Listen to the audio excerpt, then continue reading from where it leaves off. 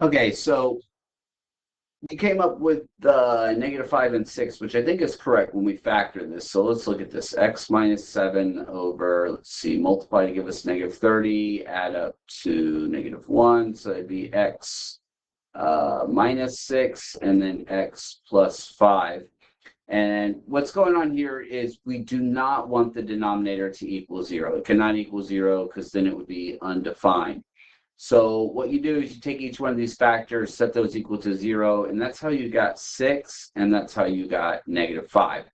But then you added them together, and so you don't want to do that. These are the values that x cannot equal. You do not want x to equal those values because it will make the denominator equal 0, which is undefined. So that's what goes here. And it doesn't matter which one goes first, 6, -5.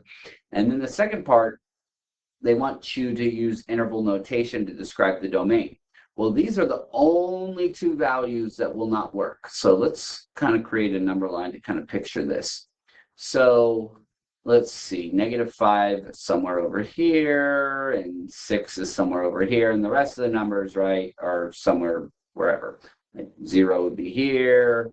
You'd have 7, 8, 9, 10, all the way to infinity. Over here, you have your negative numbers all the way to negative infinity. So they want you to list all numbers that will work.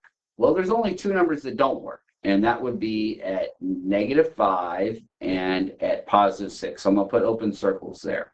So those numbers don't work. But everything to the right and everything to the right until I get to 6, because 6 doesn't work, and then everything to the right of 6 works.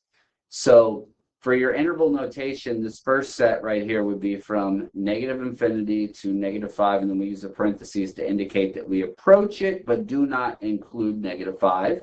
Then we're going to union in, and then on the other side of -5, these values over here, all the way approaching +6, but not including 6, and then we'll union in, and we'll jump, basically we're just going to jump over and keep going. So then we're going to go from 6 to +infinity. And so that's what goes in that second part right here.